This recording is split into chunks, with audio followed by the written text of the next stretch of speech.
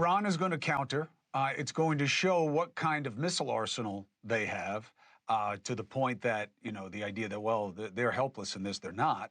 But their real counter will be terror attacks through proxies, directly and indirectly. That's what we have to watch for. But that's been happening anyway. And that's why Israel said that this is going to continue. What does that mean for the United States? What does it mean for the Iranian people? Not the regime. It is really important that you draw that distinction. All right, I have two great guests to talk with this tonight. Aaron David Miller, former Middle East peace negotiator, who has worked for both regimes, is a mentor of mine and was extremely helpful to me last night, as was Iranian American journalist Negar Mortazavi. She grew up in Iran and Germany. She's been living in exile in the U.S. since 2009. One quick note, Aaron, you weren't here for it. Negar, I wasn't part of the dynamic with you last night, but I am well aware of your history. And I do not see you as a spokesperson for the Islamist regime. And I appreciate they do trying... do not see me exactly. Yeah, they do not sure. see me as a spokesperson, for sure.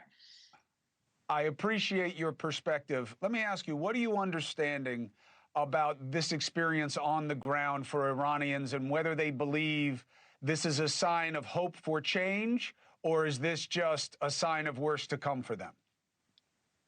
Look, what I think we didn't have time to go deep into is the diversity of views of the Iranian people. We're talking about 80 million people, a couple million in the diaspora, and it's a very diverse set of views, even within families. Within my own family, we don't all agree, just like every American can probably relate to this.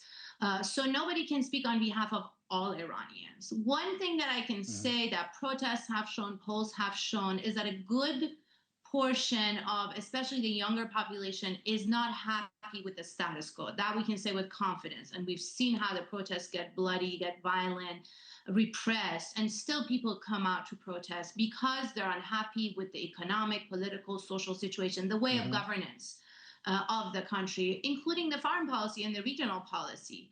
That, however, I think I want to distinguish, doesn't mean that they see the solution, or that the majority sees the solution as bombs falling on cities. We're not talking about just strategic surgical strikes on nuclear sites. That wasn't what happened. 80 people died. There's civilian casualties. When you hit someone's unit in an apartment building, you're risking destroying that whole, building, or at least the units that are around it. So I think that's, then the people I spoke to, just to tell you briefly, as I said again last night, woke up middle of the night in absolute horror, the ground shaking, explosions, jets flying overboard.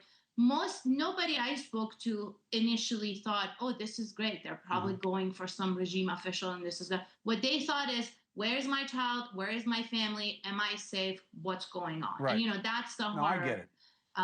That I don't think people were welcoming. It gets really intimate really fast when your life is on the line. I totally understand. Aaron, this is not Israel-Gaza, Israel striking Iran, not from the American perspective. Iran is a unique threat to this country, but what is the plus-minus in your mind about where we're headed? Look, 18 months after October 7, Chris, I could ask Negar, I'll ask you, I ask myself, where are we headed? The problem with the American view of the region is that they're looking for black or white here. They're looking for victories. They want to measure things in consummate defeat or total victory. The reality is this region offers up, sadly, it's broken, angry, and dysfunctional. Actually, the truth is, Chris, that the three non-Arabs, Turkey, Iran, and Israel, are really the only three states in the region that have the capacity to project their power beyond their borders for good or ill. It's just that Iran is now an outlier. Turkey is a member of NATO, and Israel is America's closest ally. So 18 months into Gaza, Chris, I can't tell you whether or not there's a future beyond what we see now, which is an Israeli military campaign, a humanitarian catastrophe. Hamas, hollowed out as a military organization, but still represents an insurgency with the possibility of basically fighting back any rival or alternative Palestinian group. So you're posing a question 48 hours into an equally complicated conflict. I don't think this is going to have a happy ending, Chris. I really don't. No, I don't. I think think so either. I mean, but you couldn't let them develop a nuclear weapon. Well, Iran's going to play the long game.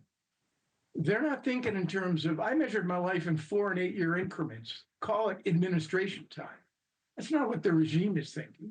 The regime is thinking how is the Supreme Leader going to preserve the revolution after he passes?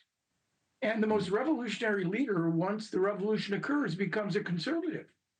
And what he wants to conserve is the revolution. So it's not going to have a happy ending. The Iranians are not coming back to the negotiating table. Trump's diplomacy is not going to be well served by this conflict. Nor and the regime you see is the regime that we're going to have to live with. I think I'll defer to Negar on this for the foreseeable future. They control the repressive, authoritarian powers of the state. I don't see that regime changing anytime soon.